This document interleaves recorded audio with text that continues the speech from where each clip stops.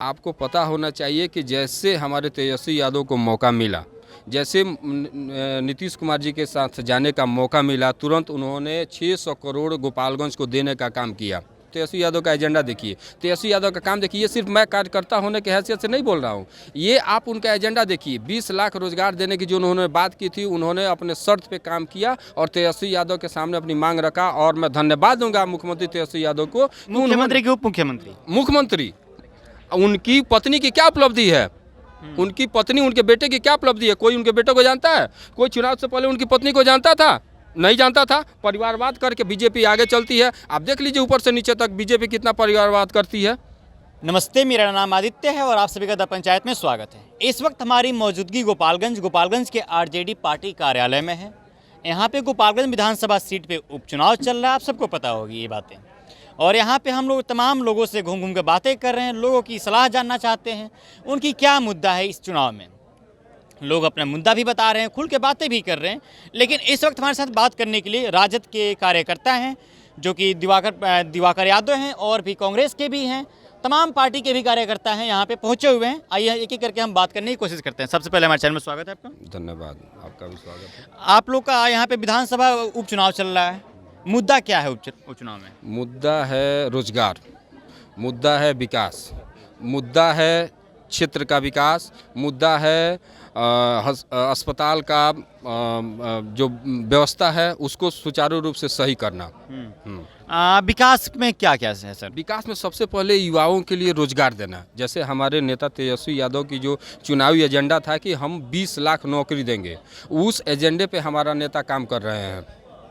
हमारा सिर्फ और सिर्फ अभी के सीजन में हमारा और एक ही एजेंडा है, वो है रोजगार जी। तो रोजगार का मुद्दा है। यहाँ पे इंडस्ट्री उतनी नहीं है, यहाँ से लोगों की पलायन बहुत ज़्यादा होती है। यहाँ पे एजुकेशन के सिस्टम में गोपालगंज पूरा पिछड़ा हुआ दिखता है, स्वास्थ्य के मामले में पिछड़ा हुआ दिखता है। उसको कैसे डेवलप करेंगे आप लोग?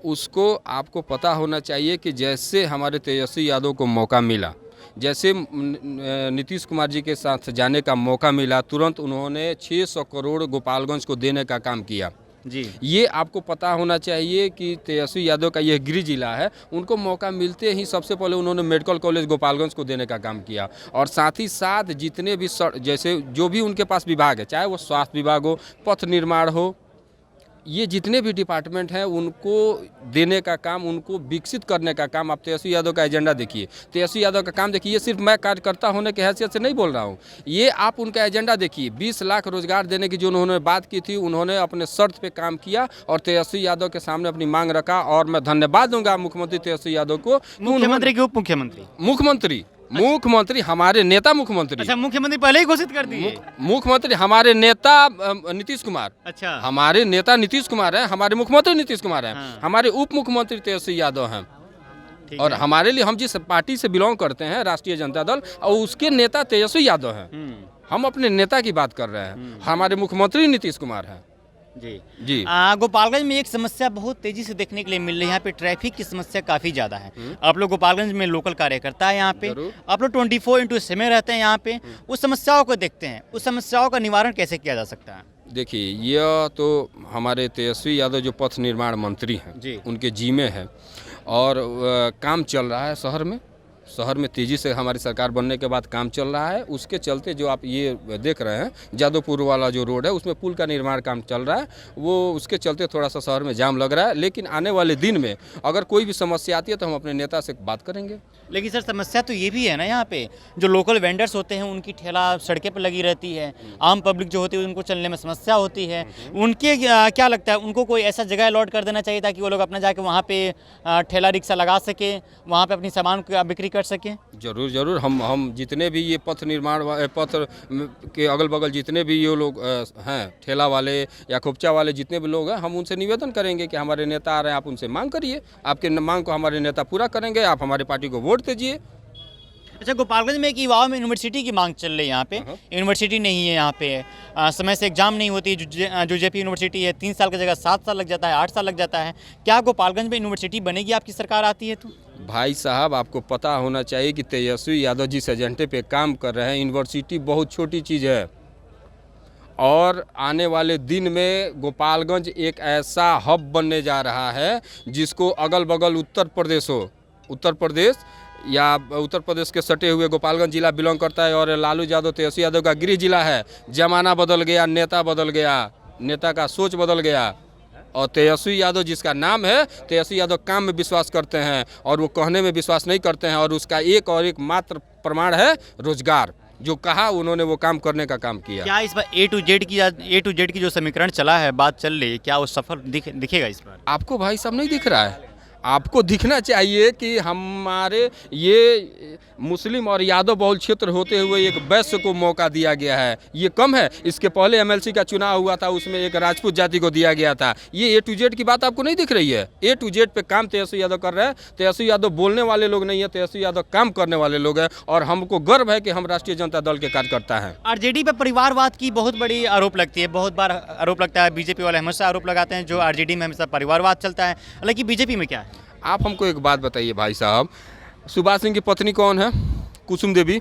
हम मानते हैं उनको कि परिवारवाद, कुसुम देवी को हटा के किसी कार्यकर्ता को देते तो मानते कि हम परिवारवाद पे नहीं काम करते हैं। उनकी पत्नी की क्या उपलब्धि है? उनकी पत्नी, उनके बेटे की क्या उपलब्धि है? कोई उनके बेटे को जानता है? कोई चुनाव से पहले उनकी पत्नी को जानता था? नहीं जानता था। परिवारवाद करके बीजेपी आगे चलती है। आप देख लीजिए ऊपर से नीचे तक बीजेपी कितना परिवारवाद करती है। यानी परिवारवाद सिर्फ बीजेपी आरजेडी में नहीं है, बीजेपी में भी है। परिवारवाद की जननी है बीजेपी। भारतीय जलाओ पार्टी जिसका नाम है, परिवारवाद भ्रष्टाचार की जननी है। आप एक नया नाम दे दिया, अभी बड़का झूठा पार्टी था भारतीय जलाओ पार्टी का। जी, भारतीय जलाओ पार्टी। आप एक बात बताइए हमको, मीडिया के माध्यम से मैं कहना चाहता हूँ, किसी की औकात है मुसलमानों को इस देश से बाहर करने की? आज के डेट में यहाँ के जितने भी विधायक हैं, जितने भी बीजेपी के लोग आते हैं, हिंदू मुस्लिम, क्या तरीका है भाई? किसी का औकात है? एक आदमी को, हम सब कौम की तो बात ही हटा दीजिए, आप एक मुसलमान को हाथ उठा के देखिए, राष्ट्रीय जनता दल उसके साथ खड़ा है। हिंदू मुस्लिम सिख ईसाई हम आपस में भाई भाई, इस नारे को राष्ट्रीय जनता दल जब तक जिंदा रहेगा तब तक एक एक कार्यकर्ता उसको ढोने का काम करेगा। यानी जातिवाद पे राजनीति नहीं हो रही, सवाल ही पैदा नहीं है भाई साहब। ए टू जेड की पार्टी है और ए टू जेड की समीकरण आपको दिख रही है। यहाँ से वैश्य को टिकट दिया गया है, पूरा वैश्य हमारे साथ है। इसके पहले राष्ट्रीय जनता दल विधान परिषद में राजपूत को दिया था, पूरा राजपूत जाति हमारे साथ है और हम लोग बहुत भारी बहुमत से चुनाव जीत रहे हैं। क्या नाम हुआ सर आपका? अफाक खान। इरफान खान। अफाक खान। यहाँ पे आप कांग्रेस से हैं? यस। कांग्रेस से कोई इस बार टिकट नहीं मिला, यहाँ से क्या कहना चाहिएगा? देखिए, आरजेडी को चला गया। अच्छी बात है। देखिए, जब गठबंधन आपका पूर्ण समर्थन है? एक बिल्कुल है, क्यों नहीं है? पूर्ण समर्थन है, पूर्ण सहयोग भी है, तन मन धन से भी है। अच्छा, महंगाई पे क्या कहना चाहिएगा, थोड़ा सा बताइए। देखिए, महंगाई तो चरम सीमा पे है। भाजपा महंगाई रोकने में एकदम नाकाम है। चाहे आप गैस सिलेंडर का दाम देखें, तेल का दाम देखें, खाद्य का दाम देखें। ये बिहार हम लोग का कृषि प्रधान देश है।